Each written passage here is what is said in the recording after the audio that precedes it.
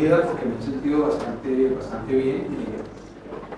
Ayer tuvimos la oportunidad de hablar y compartir nuestras experiencias durante la mañana. Entonces, para mí es un privilegio estar aquí también, porque sé lo que ustedes hacen y que se producen. Efectivamente, el español lo aprendí era muy chiquito porque yo soy colombiano, solo que me fui a estudiar a Canadá y ya me quedé hace mucho tiempo y no volví, pues vuelvo pues a hacer proyectos y visitas como las que estoy haciendo aquí y tengo unos planes de ahí. Entonces me fui a estudiar e hice una maestría en ordenamiento territorial y me dediqué a las aguas, específicamente al agua potable. Yo trabajo en un departamento académico de ordenamiento territorial con investigadores de diferentes sectores disciplinarios. Enseño en cuencas, en agua y territorio, en calidad del agua, y mi investigación es principalmente en agua potable, pero no lo que mucha gente todavía piensa cuando uno dice que trabaja en agua potable, que uno trabaja en tratamiento de agua sin tecnología de tratamiento, sino más en el aspecto integrado de la calidad del agua, de la fuente a la llave, con toda clase de colaboraciones con diferentes disciplinas. Y tengo una cátedra de investigación, que es un grupo de investigación que está financiado parcialmente, 60% por el Consejo de Ciencias Federal de Ottawa, y 40% por socios que se interesan en la investigación y que financian una parte de la investigación. Ese es un poco el modelo que se ha tomado últimamente en Canadá para que la investigación aplicada sea realmente orientada hacia las necesidades, en nuestro caso sobre todo los municipios, pero también algunas compañías, como lo diré ahora. Rápidamente, para que nos resituemos, Canadá es un país grandísimo, creo que es el segundo o el tercero de mayor superficie en el mundo, más o menos 10 millones de kilómetros cuadrados, pero la mayoría de la población está concentrada en el sur, en la frontera con Estados Unidos. Es un país federado, pertenece todavía al Commonwealth, con el sistema político británico. Tiene 10 provincias, de las cuales cada una tiene un primer ministro, tiene un gobierno propio, pero Ottawa, el gobierno federal, a través de lo que se llama una corporación, financia las provincias según las necesidades de cada una de ellas. Y tiene 3 territorios nórdicos, a partir del paralelo 52, un poquito más arriba comienza el subártico y después el ártico, que son Yukon, los territorios del noroeste y Nunavut. Alaska, que está aquí, pues pertenece a Estados Unidos, que son, como lo mostraré ahora, sectores bastante alejados, bastante fríos, inviernos durísimos, pero en los cuales todavía había una población no muy grande, pero muchísimas comunidades con pequeñas poblaciones, que son los antiguos, principalmente los antiguos esquimales, los inuits, que ahora son sedentarios y están en comunidades porque el gobierno los sitúa en comunidades y que tienen grandes vulnerabilidades, no solo geográficas, climáticas, pero también socioeconómicas. Entonces, la investigación que hemos hecho en la Universidad Naval de Agua Potable la hemos orientado pues, muchísimo al sur de las provincias, especialmente en Quebec, porque yo estoy, mi universidad está en Quebec, pero nos estamos interesando también en las problemáticas de las comunidades vulnerables. A pesar de que es un país muy rico, pues hay comunidades todavía que no tienen acceso a un agua segura. Esta es para mostrarles un poco cómo se concentra la población en la frontera con Estados Unidos y sobre todo en el oriente, en el sur de Quebec, a partir de los grandes lagos. Aquí están las grandes comunidades, grandes ciudades de Estados Unidos como Chicago y Detroit, y estos son los grandes lagos. Estos grandes lagos pues, están afectados muchísimo por esa concentración de población, aguas residuales, agricultura intensiva, y son los grandes lagos de los cuales, a partir de los cuales nace el río San Lorenzo, que es el valle que caracteriza a Quebec. La población de la provincia de Quebec, que es está concentrada, como lo pueden ver, en el valle del río San Lorenzo, por cuestiones climáticas, por cuestiones de fertilidad del suelo, porque la agricultura en muchos países fue la primera actividad lucrativa, y evidentemente pues, la región de Toronto, la gran región de Toronto, que es la región más poblada. Canadá tiene 38 millones de habitantes, y la región de Toronto, sea, más importante, tiene más o menos 9-10 millones de habitantes, más pequeño que Buenos Aires, pero muy densificado, en un territorio muy pequeño. A pesar de que Canadá es un país muy grande, hay mucha densificación en las 3 grandes ciudades. Este es las tierras de cultivo. O sea, aquí uno ve finalmente dónde se instaló la gente y dónde se puede cultivar por cuestiones de sol y de fertilidad del suelo y de capacidad portante de los suelos. A partir de la tundra, pues ya no hay capacidad de agrícola. Entonces esto hace que a pesar de la extensión del país, las presiones que hay sobre el medio ambiente, sobre las cuencas de las actividades agrícolas e industriales son grandísimas, porque en prácticamente muy poco territorio se industrializó, por ejemplo, la agricultura. Después de los años 50 la agricultura se volvió intensa y ustedes pueden imaginarse que en los inviernos, en la provincia de Quebec, en el Valle del San Lorenzo, donde está cubierto de nieve durante 5 meses, donde los lagos y los ríos hay 2 metros de hielo, pues no hay agricultura de cultivo, pero hay agricultura animal intensiva en establos. Quebec exporta carne de cerdo, entonces los animales están en establos produciendo desechos, y los desechos tienen que estar almacenados durante 3-4 meses porque no se pueden esparcir. Para poder esparcirlos a partir del mes de junio o julio para una cosecha al año solamente. Yo que soy colombiano, pues he visto 3 cosechas al año para ciertos tipos de cultivos. Entonces, para poder hacer esto se necesita industrializar la agricultura, y ustedes comprenden bien que industrializar implica impactos grandísimos sobre el medio ambiente y sobre el agua, especialmente aguas superficiales, aguas subterráneas. Hablando de agua, lo que vemos en rojo es la proporción de población por provincia que recibe agua subterránea, que sea por agua subterránea colectiva con una planta de desinfección y con un sistema de distribución, o agua subterránea por pozos domiciliarios privados. Esto es más o menos del 20 al 25%, muy variable, depende de la provincia. Es decir, que la mayoría de la gente recibe agua superficial, pero la mayoría de las comunidades reciben agua subterránea, porque las pequeñas comunidades, las muy pequeñas, hacen uso principalmente, la mayoría de los casos, de agua subterránea. Entonces las grandes ciudades como Toronto, Montreal, Vancouver, incluido Quebec, Halifax en el oriente, usan aguas superficiales, pero son estas comunidades las más pobladas. Entonces en población el agua superficial es muy importante, pero las comunidades rurales más alejadas usan agua subterránea. Las aguas superficiales ustedes las conocen, saben muy bien que son relativamente fáciles de monitorear, de medir. Las aguas subterráneas, pues como no se ven, no existen, y hasta ahora se está extrayendo información para determinar la vulnerabilidad, la recarga, la capacidad a largo plazo de poder utilizarla para las comunidades. Estamos un poco avanzados en eso, pero no suficientemente para tomar decisiones sobre lo que se debe hacer con las aguas subterráneas, porque es muy costoso caracterizarlas y se necesitan modelos y estimaciones que no son necesariamente precisas según el tipo de acuífero en el cual nos encontremos. Entonces esto es Quebec. La primera imagen, cuando uno ve la provincia de Quebec, es agua. También aquí, también en Sudamérica se ve mucha agua, muchos lagos, pero pues está la parte de Nunavik al norte, la parte del subártico y del ártico, y está la parte que les contaba donde se concentró la población. Aquí está Montreal, Quebec está más o menos a unos 300 kilómetros de Montreal, aquí es donde está la Universidad Laval, y es este valle, que es el valle del río San Lorenzo, que nació en los Grandes Lagos, específicamente en el lago Ontario. Es este valle en el cual está concentrada la población y la industria y la agricultura, sobre todo entre Montreal y Quebec, evidentemente aquí la frontera con Estados Unidos. Una provincia que tiene una población más o menos de unos 9 millones de habitantes, de los cuales 8 millones son francófonos. Una vez se escucha que Canadá es un país bilingüe, oficialmente es un país bilingüe, es un país formado de 2 grandes naciones, que es Quebec y el resto. Quebec es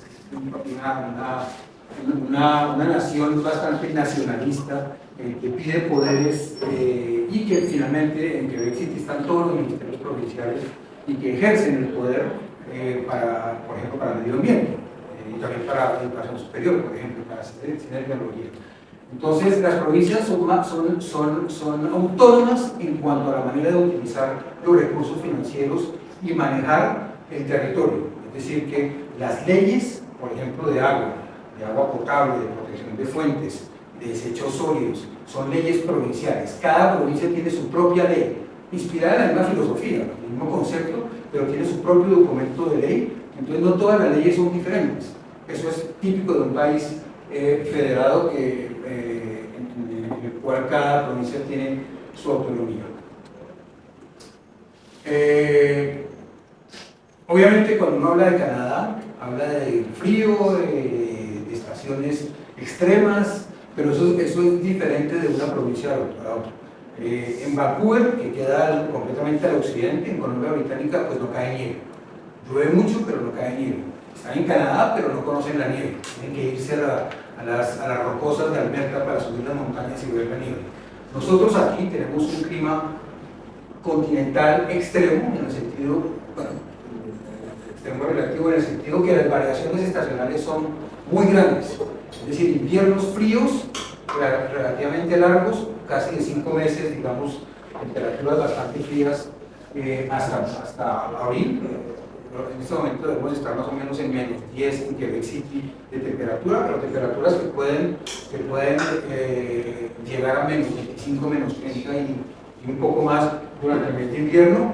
Estaciones transitorias muy cortas, es decir, las primaveras, pues es el deshielo durante un mes donde sube la temperatura muchísimo, entonces todo el hielo se derrite y esto va a llevar, pues con ese fenómeno, va a llevar todos los desechos que se encuentran en la tierra, todo lo que se esparció en la agricultura cuando el hielo se va en escorrentía y va a afectar las cuencas de agua.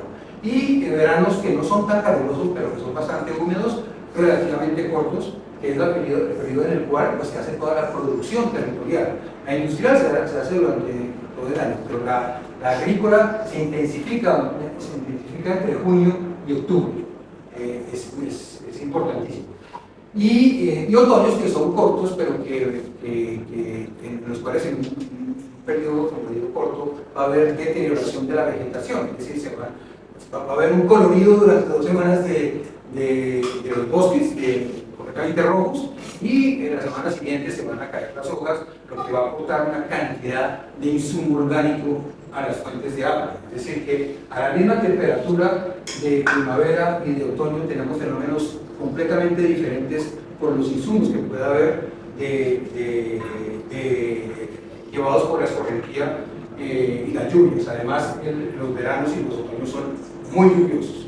Esto es importante porque esto va a tener un impacto muy grande sobre el medio ambiente y sobre la calidad del agua, no solamente la temperatura, pero también estos fenómenos que van a llevar contaminantes naturales o antrópicos a las fuentes de agua. Y es uno de los retos, por ejemplo, en el campo del agua potable, en protección de fuentes, pero también en trazabilidad de operación, conocer bien estas variabilidades. O sea, las plantas tienen que estar diseñadas para remover los contaminantes, pero también operadas para estas variabilidades. Ustedes entienden bien que con estos cambios que estamos viendo desde un tiempo en el trópico, y aquí también creo el niño y la niña y todos esos fenómenos. Bueno, tenemos niño y niña en el clima así en el norte, pero tenemos también cambios de patrones de precipitación que ya son evidentes. Esto va a traer algunos cambios en el ordenamiento, en el uso del suelo, pero va a traer también cambios en los contaminantes y en los periodos críticos de contaminación. Generalmente cuando uno hace modelación uno se basa en datos históricos. Los datos históricos ya no son tan repetibles como lo eran antes, y hay ahora que hacer estimaciones de qué va a pasar con las precipitaciones en términos de cantidades, pero también de periodos y de intensidades, que ya son diferentes y hay que tenerlos en cuenta para poder manejar, por ejemplo, una cuenca de una fuente hídrica, o manejar el tratamiento y después la calidad del agua en la red de distribución. Esta es la Universidad Laval, es un campus típico de 40.000 estudiantes más o menos, 6.000 estudiantes extranjeros. Parece mucho, pero en las universidades de Montreal hay muchísimos más estudiantes extranjeros. Montreal es la ciudad más grande de Quebec, más o menos 4,5 millones de habitantes. Es la ciudad económica, porque Quebec City es la capital, donde están todas las instituciones, y esta universidad abarca o sirve, da servicio educativo a la región de Quebec, pero todo el oriente de la provincia de Quebec. Es un campus muy convencional con 17 facultades en donde hacemos docencia e investigación. Yo soy profesor y siendo profesor soy también investigador, pero aprendí primero a ser investigador que profesor. Uno lo contratan inicialmente como investigador y le toca hacer docencia y aprende uno a hacer docencia y pedagogía. A mí me llaman profesor, pero pues no soy más investigador que profesor y no lo evalúan más como investigador que como profesor. Pero ese es el sistema norteamericano de evaluación académica. Esta es el famoso Castillo Frontenac, que es cuando ustedes ponen en Google Quebec City, pues es el sitio emblemático del viejo Quebec. Quebec siendo la única ciudad de Norteamérica, sin contar México, porque México tiene muchas ciudades, entre Estados Unidos y Canadá es la única ciudad de la lista de ciudades patrimoniales de la UNESCO. Primera ciudad fundada en Canadá, por ahí entraron los franceses. Si los españoles entraban por el Caribe, los franceses entraron un poquito más al norte, entraron más rápido, porque pues la distancia entre Francia y Quebec es mucho más corta que entre España y el Caribe, pero les tocó vivir los grandes fríos de los que no tienen ni idea que hacía tanto frío, se hubo mucha mortalidad y muchas enfermedades durante los asentamientos, y se fundó la ciudad de Quebec en 1608, bastante después que las ciudades latinoamericanas, pero fue la primera ciudad a partir de la cual se abrió el Canadá, lo que se llamaba en esa época Bajo Canadá. Esta es una imagen de invierno, evidentemente. Este es el río San Lorenzo, que no se congela completamente, porque es un estuario, tiene salinidad, pero todos los demás ríos y lagos se congelan en invierno. Esta es la imagen típica del mes de enero en la ciudad de Quebec. Hemos trabajado en la provincia, en el campo del agua potable, en 3 regiones. En la región de Quebec City, porque los socios de nuestra cátedra pues son los dos municipios más grandes de la región de Quebec. Hemos trabajado en Terranova, en un proyecto que hicimos, un gran proyecto que hicimos con investigadores de la provincia de Terranova, y en Colombia Británica. Esto nos ha permitido hacer comparaciones de contextos geográficos muy diferentes y también de enfoques de metodologías de investigación muy diferentes, porque si aquí tenemos que tener en cuenta las variabilidades estacionales, aquí las variabilidades son un poco, sobre todo asociadas a las lluvias. Entonces, los enfoques de investigación, de monitoreo, de seguimiento no son los mismos. Y ahí Terranova tiene la particularidad que la ley de aguas no exige a los municipios, en muchísimos pequeños municipios, no exige el tratamiento del agua completo para las aguas superficiales, porque es muy costoso en muchos municipios, pero lo que les exige es la protección de las fuentes. Entonces, los enfoques también reglamentarios pueden ser diferentes de provincia en provincia. Entonces, esto nos permitió comparar diferentes regiones del Canadá, digamos, desarrollado y limpio. Y hace unos 4 años comenzamos a trabajar con el Ártico. O sea, las comunidades que les contaba están muy alejadas, que son comunidades muy vulnerables, y vamos a mostrarles dos fotos un poquito más tarde, y con las cuales nos toca trabajar con enfoques completamente diferentes. Primero, participativos, son comunidades aborígenes, no podemos llegar allá a monitorear e irnos, que es lo que hacen muchos científicos. Desafortunadamente nos toca trabajar con las poblaciones, trabajar con los colegios, con los líderes de las poblaciones, con las personas de edad. Hay un gobierno jerárquico muy particular. Entonces nos tomó 6 meses poder entender lo que hacían allá y poder y ser capaces de que nos abrieran las puertas para poder hacer investigación. Lo que en el sur no va a un municipio, dice lo que va a hacer y tiene acceso a todos los puntos, una cuenca, a todos los sitios, cosa que en otros contextos hay que adaptar la metodología de investigación por los accesos, por los costos, por los tiempos. Entonces, la cátedra de investigación con la que trabajamos es una cátedra financiada, este es el Consejo de Ciencias de Canadá, y cofinanciado por estos socios, que son los 2 municipios. Trabajamos en sus territorios para buscar soluciones a sus problemas de cuencas, de tratamiento, de calidad de agua en la red. Tenemos una compañía que desarrolla instrumentos de monitoreo en continuo, porque hemos instalado en diferentes sitios instrumentos de monitoreo de parámetros de la calidad del agua, una compañía que es una pequeña y media, una PME, una FIM, no sé cómo la tengo acá, de desarrollo, de investigación y desarrollo que trabajan sobre Machine Learning, análisis de datos históricos, que tienen experticia en eso y trabajamos juntos, y un organismo de cuentas, decimos un organismo sin ánimo lucrativo, los hay que ver, que protegen las cuentas, no tienen un poder legislativo lo tienen las municipalidades, los municipios, pero hacen un trabajo impresionante para documentar las problemáticas de las cuencas. Entonces es una investigación asociativa con intereses diferentes, y la cátedra, el lanzamiento de la cátedra nos permite, o es el objetivo, lo que quiere el Consejo de Ciencias es un poco desconcentrar el financiamiento, ligar el financiamiento para que nosotros en nuestra área financiemos estudiantes de maestría, doctorado y postdoctorado. Es decir, que mi mandato como responsable de la cátedra es utilizar esos recursos para hacer proyectos de investigación, no de consultoría, sino de investigación, en los cuales se capaciten estudiantes. Ese es el objetivo del Consejo de Ciencias. Obviamente tiene que haber resultados, tiene que haber producción, tiene que haber impacto, pero el impacto más grande es la formación de nuevos investigadores. Canadá tiene una inversión en investigación muy alta si se compara con nuestros países en Latinoamérica, pero hay un debate sobre el porcentaje de PIB que está dedicado a la investigación, que sigue siendo más bajo que en Estados Unidos. Estados Unidos, Canadá debe estar a 1.8% del PIB, Estados Unidos está más arriba del 3 o casi con el 3.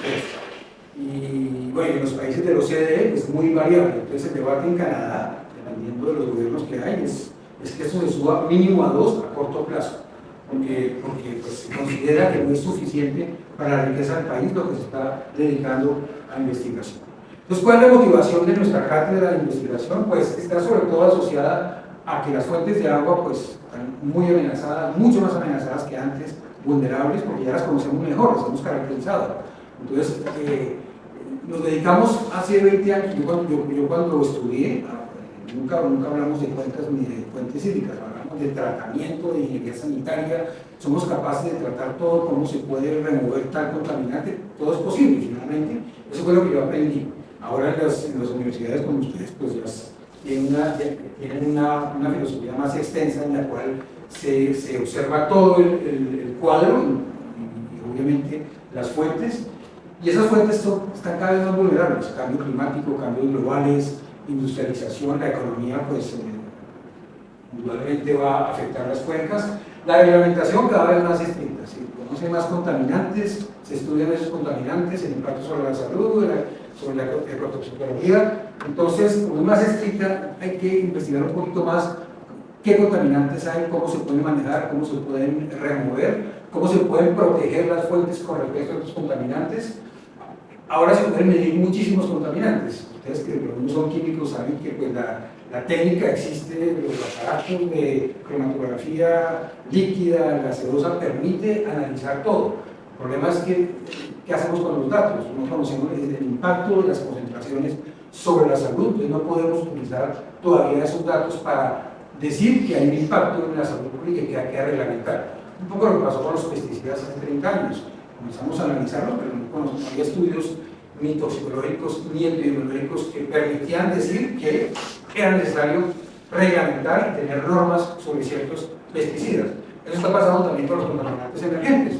Se pueden analizar muchísimos, pero los niveles que encontramos que quieren decir, y la población, pues no digo nada que sea nuevo, la población y la gente está muchísimo más informada, pues desde hace 15 años en las redes sociales, y las redes sociales son muy activas, y cuando hay un evento de contaminación, por ejemplo, que se encontró E. coli en un municipio, eso se sabe. Entonces la gente pregunta más, la gente paga impuestos, paga sus servicios y pide que los servicios sean buenos, pero además pide más información. Entonces es necesario que esa información sea vulgarizada y sea llevada a la población para que la población entienda. No podemos darle a la población un reporte de parámetros y de resultados de la calidad del agua, porque van a decir que el agua está contaminada, hay concentraciones de todo. Claro, pero cómo interpretarlo. Entonces estamos trabajando también en esta comunicación para que la gente pueda saber en los puntos de monitoreo que quieran cerca a su sector, qué calidad del agua hay, cómo ha variado y cuáles son los riesgos, o si los hay, esos riesgos o no. Y evidentemente, pues nosotros como investigadores y profesores, pues la necesidad de mejorar los conocimientos, mejorar las metodologías, y esto para el decidor, para el gestor, pero también para el ciudadano. Entonces, la idea es que ya no trabajamos en investigación entre nosotros, para que los otros investigadores, nuestros pares, utilicen nuestras metodologías o nuestros resultados, sino para que los que están trabajando en el campo puedan utilizar esos resultados, si se puede, a un corto plazo. No siempre es posible, porque la investigación toma bastante tiempo. Estas son nuestras líneas de investigación. O sea, evidentemente tenemos protección de fuentes, que es el monitoreo, tenemos toda la cuestión de ordenamiento territorial, cómo conciliar la protección de fuentes con la economía territorial de las cuencas, porque una fuente ya no es una bocatoma, una fuente es un territorio, y si la bocatoma está aguas abajo de un río, el territorio va a ser mucho más grande. Es el territorio de influencia de la bocatoma, nos toca estudiar ese territorio, y ese territorio en muchos casos ya está desarrollado, y hay economía, y hay agricultura intensiva, hay industria, hay municipios, hay aguas residuales. Entonces, ¿cómo hacer para conciliar esas dos cosas? Obviamente nos interesa mucho el clima, no solamente la variación estacional, pero la variación del clima en general, y cómo se le puede dar a los gestores información sobre la gestión futura con respecto al clima. Eso es muy difícil, porque son estimaciones, pero ya hay enfoques de investigación que lo permiten. Obviamente, pues la presencia y la variabilidad de contaminantes, tratamos de tener equipos que nos permitan evaluar contaminantes y sobre todo poder generar muchos datos que nos permitan ver estas variabilidades temporales y espaciales en la cuenca y temporales y espaciales en la red de distribución, porque la red de distribución igual, hay una variabilidad, el agua que sale de la planta de tratamiento es potable, su calidad puede variar en la red, puede hasta deteriorarse y ser no potable en algunos puntos eventualmente. Lo que les hablaba, la percepción y la satisfacción del consumidor. Por ejemplo, en Quebec se ha dedicado mucho dinero a mejorar la calidad del agua potable.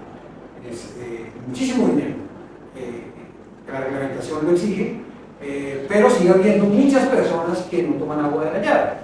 Entonces, por toda clase de razones, por razones válidas, por razones porque sale un poquito a cloro, o porque a veces me sale un poquito turbia, y es normal. Pues, el agua debería ser inodora, incolora y insabora, es la idea, pero ¿cómo hacer para que esas inversiones también se transmitan a las personas para que usen el agua de la llave? Estamos pagando por esa infraestructura, entonces estamos pagando doble cuando compramos agua embotellada en vez de agua de la llave. Entonces, ¿cómo las personas perciben la calidad del agua que reciben?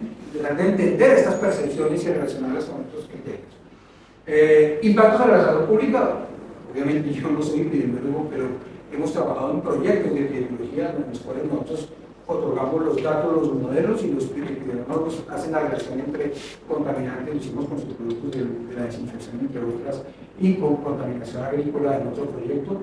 Los epidemiólogos hacen las relaciones entre las incidencias de enfermedades y las exposiciones de la gente en el espacio y en el tiempo. Esta es otra dificultad en los estudios epidemiológicos. No estamos expuestos a la misma agua en todo momento, depende de ustedes dónde vivan, depende de lo que hagan, si me cambio a otra ciudad.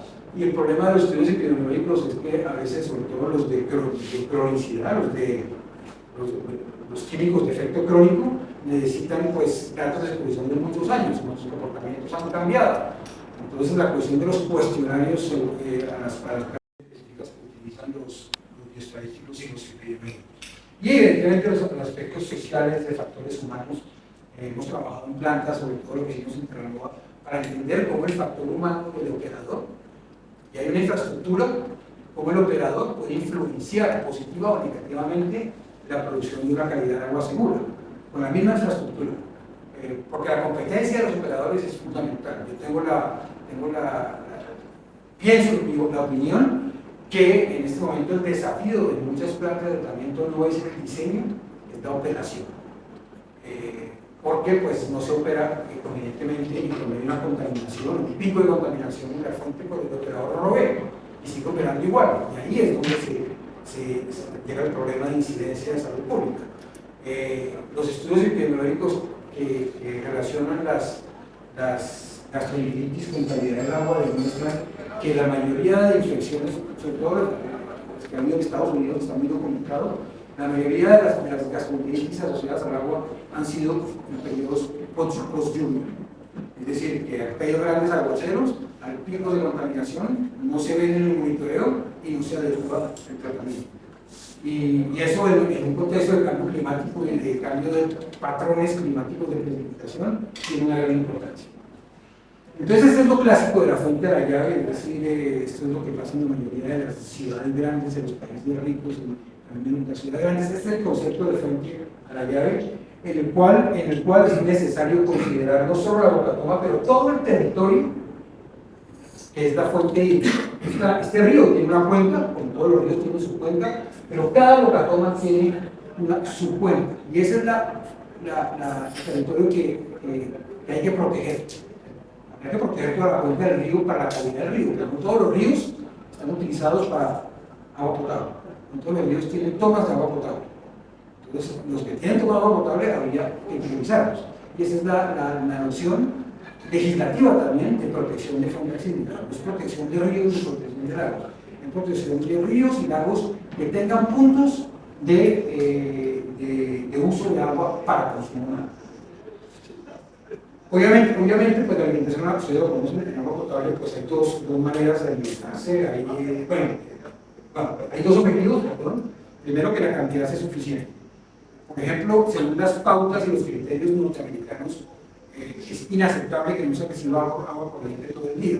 Yo sé que en Latinoamérica pues no es lo mismo. He estudiado en Colombia ahora en municipios y estamos muy lejos de eso.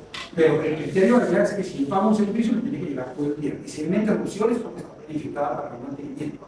Pero yo cuando viví en Bogotá se iba el agua cada 3 semanas durante un día, y nadie no estaba acostumbrado a eso y lo aceptaba. Allá, pues, si no hay agua, si no ha sido uno avisado en un mantenimiento y que no va a haber agua durante 2 horas, la gente no lo va a aceptar. Y los criterios son diferentes de consumo. Los litros por persona por día son diferentes de un sitio a otro. Por una cuestión cultural, histórica y social también, y también de capacidad económica. Evidentemente, calidad apropiada. Los reglamentos están hechos basados en la salud pública, es decir, que cuando la OMS tiene recomendaciones, la OMS tiene recomendaciones, los países pueden tomar estas recomendaciones y van a tener primero la consideración del impacto de la salud pública, pero también la capacidad técnico-económica de cumplir con estas recomendaciones. Por eso los reglamentos o las normas son diferentes de un país a otro. La OMS da líneas directrices, pero esas no son obligaciones, son recomendaciones. Cada país decide cómo utilizar las recomendaciones según la capacidad de respetar esas recomendaciones o esas normas. ¿Por qué? Porque si pongo una norma para un contaminante X, tengo que asegurarme que si la pongo es para que lo puedan cumplir los municipios, pero económicamente es posible que no se pueda, entonces se baja un poquito el criterio y se acepta un riesgo más alto en ciertos países que no, pues por eso todos los reglamentos de agua potable son iguales, la fundamentación es la misma. Y lo que decía, pues es importante la relación por de salud, porque pues, no es agradable tener un agua que tenga aunque no tenga ningún riesgo de la salud pública, que tenga un sabor, un olor, una apariencia, y debe ser transparente. Y eso es un gran desafío también, específicamente en la parte temporal. Que todo el año y todo momento el agua sea así, pues es difícil, pero ese es el objetivo.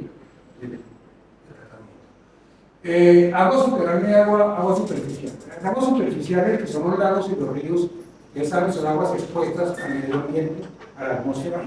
Esas aguas siempre se deberían tratar, siempre va a haber, a menos de que estén en un medio ambiente donde no hay ningún tipo de contaminación animal, por ejemplo, de aves o de animales, de mamíferos, se deberían tratar todas las aguas superficiales, se deberían tratar y desinfectar. Eso es un poco el criterio.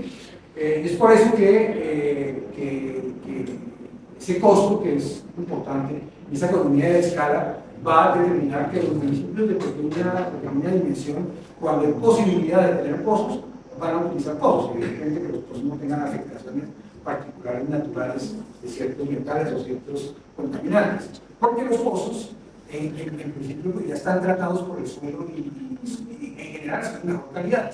Tienen toda la cuestión de la incertidumbre, la capacidad de recarga y cuánto van a durar, y si los pozos se van a, si la napa se va a bajar durante el tiempo, depende de la recarga. Claro, muchísima más incertidumbre con los pozos y con el agua subterránea, con el agua superficial, pero mucho más barata de tratar, porque ya está al menos filtrada, siempre está filtrada. Y la filtración es fundamental para la remoción de parásitos, porque en el agua puede haber virus, bacterias que se pueden remover fácilmente con desinfectantes químicos como el cloro, pero los parásitos, para remover parásitos son un poquito más grandes, se usan generalmente métodos físicos como la filtración. Y evidentemente pues, uno de los problemas o de los desafíos para los municipios que utilizan agua subterránea es que de todas maneras tienen que proteger su cuenca o su acuífero, y para hacer esta protección se necesitan estudios mucho más complejos que los que se utilizan para determinar el área de alimentación.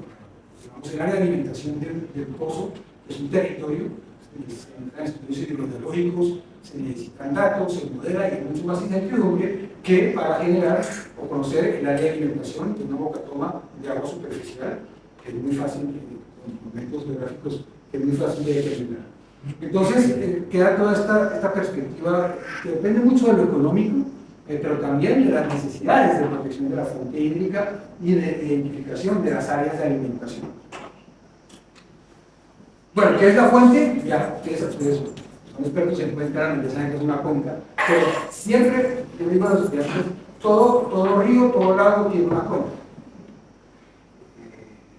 Pero bueno, proteger una cuenca es muy importante, pero protegerla cuando hay una boca toma es la base del ejercicio de la protección de fuentes hídricas de fuentes. Para mí una fuente es una fuente de agua potable. En Colombia se dice mucho fuente hídrica, y yo digo sí, pero hídrica pues hay agua en las cuencas, aunque no hay agua potable. Para mí es una fuente de agua potable. Esta tiene una boca toma de un municipio acá, una toma de agua para tratar de distribuirla. Su fuente hídrica de esta bocatoma es una subcuenca de la cuenca. Entonces, si la bocatoma está aguas arriba, pues la cuenca va a ser más pequeña. Es decir, que el territorio que hay que proteger es este, para esta bocatoma. Todo lo que esté aguas abajo va a tener un impacto sobre el río, pero nunca va a tener un impacto sobre la bocatoma. Lo primero que hay que identificar es este territorio, que puede ser pequeño o grande dependiendo de las características geográficas de la cuenca y dónde se encuentra la bocatoma. Si la bocatoma se encuentra en la desembocadura del río, porque pasa en muchos casos, en varios casos, cuando son, por ejemplo, los municipios costeros, pueden tomar agua del mar, de los ríos que van a desembocar en el mar, y estos ríos pues, ya han llevado contaminación por escorrentía de aguas arriba. Entonces, si la bocatoma está acá, tengo que proteger toda la cuenca. Entonces el desafío, el reto es mucho más grande cuando tengo cuencas, cuando tengo bocatomas aguas arriba que aguas abajo. Además, en las zonas montañosas, las bocatomas de aguas arriba generalmente están en montaña, donde hay menos agricultura, menos posibilidad agrícola. Y estas decisiones, evidentemente, los municipios no las tomaron teniendo en cuenta eso. Los municipios tomaban hace 20, 30 años, 40, hacían su bocatoma, la determinaban, la caracterizaban, pero no hacían un inventario de todos los impactos antrópicos que tenía esa cuenca, y ustedes pueden mirar ejemplos de todas cada una de las ciudades que conocen y van a ver que ese territorio es variable en dimensión. Entonces, más grande, más complejo de proteger, porque va a haber más usos del suelo y hay que hacer inventarios más grandes. Entonces, esta es la bocatoma de una fuente, la bocatoma de una ciudad, y esta es su fuente. Claro, esa fuente, pues, la bocatoma está en un río, pues el río tiene una cantidad de afluentes, subafluentes, entonces todo ese territorio que habría que proteger. Pero igualmente los pozos. O sea, les decía, por ejemplo, que en Quebec, la mayoría de los municipios son pozos, son pequeños municipios. Entonces, estos municipios, si quieren proteger su pozo, tiene que identificar esa área de alimentación, lo que equivale a la cuenca de agua superficial. Tienen que hacer un estudio hidrológico que les permita identificar el área de alimentación. Y esto es más complicado. Evidentemente esto está en 3 dimensiones, pero desde el punto de vista de gestión se vuelve un territorio en superficie, en 2 dimensiones, como el de la cuenca de los ríos y de los lagos. Es decir, que para cada pozo, independientemente de donde yo lo pongo, se va a generar un área de alimentación, que es el territorio que hay que proteger, porque la gota de agua que caiga al interior de este perímetro rojo va potencialmente a encontrarse en este pozo. Si la gota de agua se contamina con las tierras agrícolas, cae aquí al lado, esa gota de agua va a llegar al agua subterránea, pero no va a llegar a este pozo. Entonces, la base es identificar el territorio que hay que proteger. Sin eso, pues no se pueden identificar los riesgos y las amenazas que hay dentro del territorio. Entonces, ¿por qué proteger las fuentes? Obviamente porque si protejo la fuente, voy a mejorar la calidad de la fuente. Protegerla es identificar los riesgos y actuar con respecto a esos riesgos, ¿sí? Entonces, obviamente, si a mediano plazo protejo la cuenca y mis acciones tienen resultados, la calidad del agua de la fuente hídrica va a ser mejor y empíricamente se sabe que si la calidad es mejor, en la fuente, la calidad del agua potable que se va a tratar con el mismo tratamiento va a ser mejor. Entonces eso ya es una ganancia enorme. Claro, tengo mucho trabajo, pero hay que hacerlo. Protección de la salud pública, pues si la calidad es mejor, la salud pública va a estar protegida. Pero recordemos que la reglamentación o el diseño de las plantas está basado en las normas de contaminantes que conocemos. Hay muchos contaminantes que